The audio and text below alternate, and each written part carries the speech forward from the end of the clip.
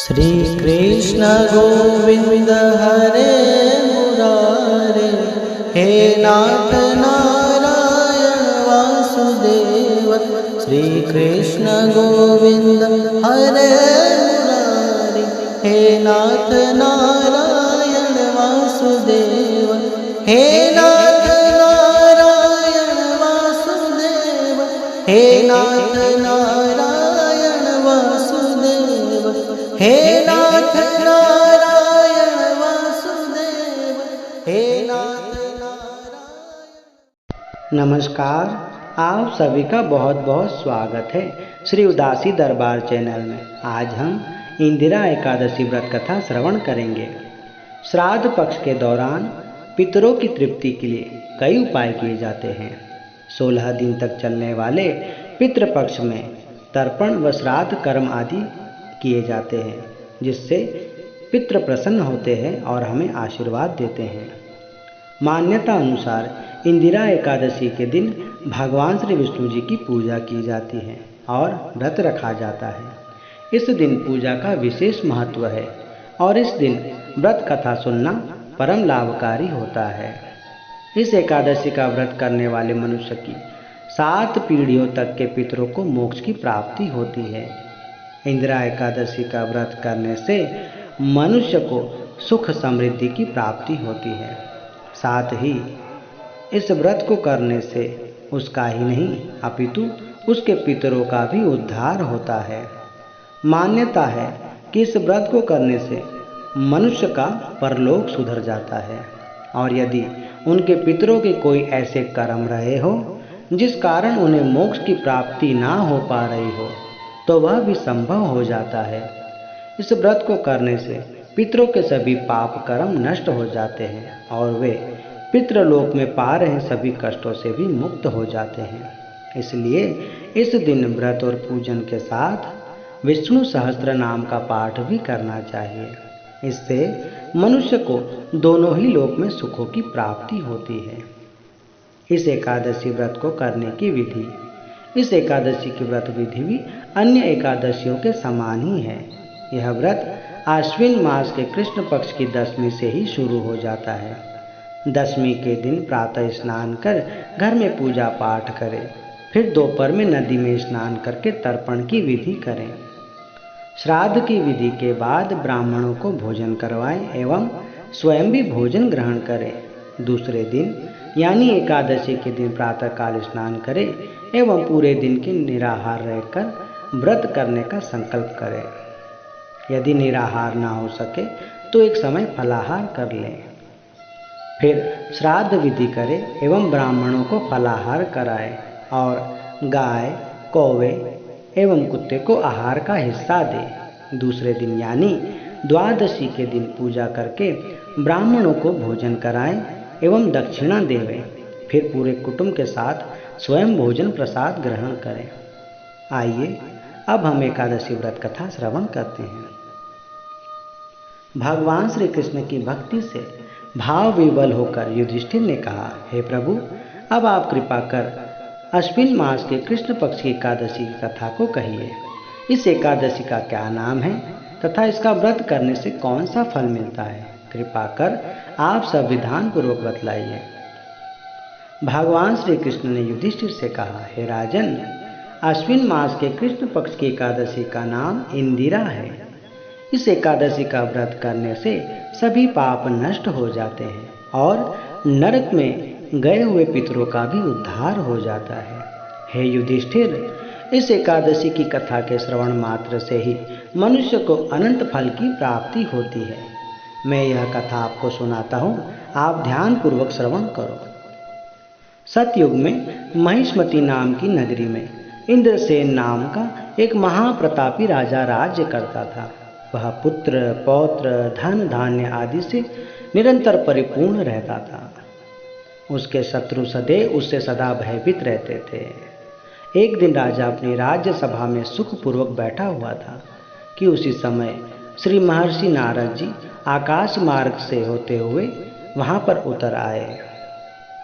श्री नारद जी को देखकर राजा अपने आसन से उठ खड़े हुए और उन्हें प्रणाम करते हुए आदर सहित उन्हें आसन पर बैठाया। तब श्री नारद जी ने कहा, हे राजन, आपके राज्य में सब कुशल तो हैं। मैं आपकी धर्म परायणता देखकर अत्यंत प्रसन्न हूँ। तब राजा ने कहा, हे देव ऋषि, आपकी कृपा से मेरे राज्य में सब कुशल पूर्वक है तथा आपकी कृपा से मेरे सभी यज्ञ कर्म आदि सफल हो गए हैं। हे महर्षि, अब आप कृपा कर यह बतलाइए कि आपका यहाँ आगमन किस प्रयोजन से हुआ है, जिससे मैं आपकी क्या सेवा कर सकूं।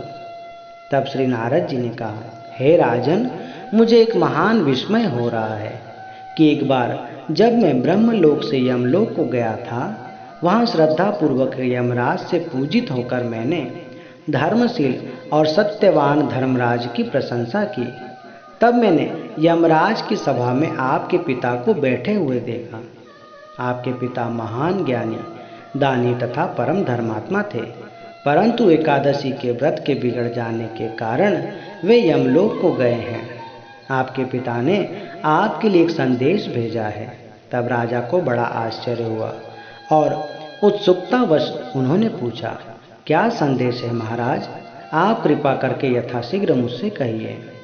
तब श्री नारद जी ने कहा, हे राजन, आपके पिता ने कहा है कि आप मेरे पुत्र इंद्रसेन, जो कि महेशमती नगरी के राजा हैं, उनके पास जाकर मेरा एक संदेश देने की कृपा करिए। मेरे किसी पूर्व जन्म के बुरे कर्म के कारण ही मुझे यमलोक मिला है। यदि मेरा पुत्र अश्विन मास के कृष्ण पक्ष की इंदिरा एकादशी का व्रत करे और उस व्रत के फल को मुझे अर्पण कर दे, तो मेरी मुक्ति अवश्य हो जाएगी।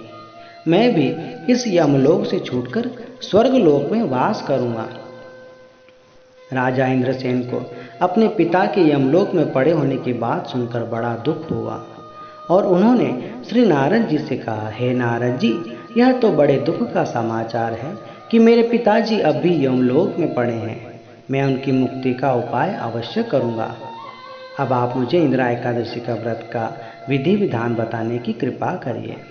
तब श्री नारद जी ने कहा, हे राजन, अश्विन मास के कृष्ण पक्ष की दशमी के दिन प्रातःकाल श्रद्धापूर्वक स्नान करना चाहिए। इसके उपरांत दोपहर को भी स्नान करना चाहिए। उस समय जल से निकलकर श्रद्धापूर्वक पितरों का श्राद्ध करें और उस दिन एक समय भोजन ग्रहण करें और रात्रि को पृथ्वी पर शयन करें। उसके दूसरे दिन अर्थात एकादशी के दिन नित्य कर्मों से निवृत्त होकर स्नान आदि के उपरांत भक्ति पूर्वक व्रत को धारण करें और इस प्रकार संकल्प करें, हे भगवान, हे दीनबंधु, हे कृपा सागर, आज मैं निराहार रहूँगा और आपका व्रत करूँगा और सभी भोगों का भी त्याग करूँगा और इसके उपरांत अगले दिन भोजन ग्रहण करूँगा। हे ईश्वर, हे दीनबंधु, आप मेरी रक्षा करने वाले हैं। आप मेरे इस व्रत को अपनी सहायता से संपूर्ण कराइए और मेरी रक्षा करिए। इस प्रकार आचरण करके दोपहर को शालिग्राम जी की प्रतिमा को स्थापित करें और ब्राह्मण को बुलाकर भोजन कराएं तथा उन्हें दक्षिणा देवें। भोजन का कुछ हिस्सा गाय को अवश्य दे और भगवान श्री विष्णु का धूप, दीप, नैवेद्य, फल फूल आदि से पूजन करें तथा रात्रि को जागरण करें। तदुपरांत द्वादशी के दिन मौन रहकर बंधु बांधवों सहित भोजन करें। हे राजन, यह इंदिरा एकादशी के व्रत की विधि है। यदि तुम आलस्य त्याग कर इस एकादशी व्रत को करोगे तो तुम्हारे पिता अवश्य ही स्वर्ग के अधिकारी बन जाएंगे। श्री नारद जी राजा को सब विधान समझाकर आलोक हो गए। फिर राजा ने इंदिरा एकादशी के आने पर उसका पूर्ण विधान पूर्वक व्रत किया। पूर्ण श्रद्धा सहित वह व्रत करने से और बांधव सहित व्रत के करने पर आकाश से पुष्पों की वर्षा होने लगी और राजा के पिता यमलोक से रथ पर चढ़कर स्वर्गलोक को चले गए। इस एकादशी के प्रभाव से राजा इंद्रसेन ने भी संसार के सभी सुख भोग कर अंत में स्वर्गलोक को प्राप्त हुए। भगवान श्री कृष्ण ने कहा, हे राजन, यह मैंने आपके सामने इंदिरा एकादशी के महात्म का वर्णन किया है। इस कथा के पढ़ने व सुनने मात्र से ही सभी पापों का शमन हो जाता है और अंत में जीव स्वर्गलोक का अधिकारी बनता है। मनुष्य जो भी प्रण करे उसे चाहिए कि वह उसको तन मन धन से पूरा करे। किसी भी कार्य का प्रण करके उसे तोड़ना नहीं चाहिए। बोलिए श्री एकादशी मैया की जय।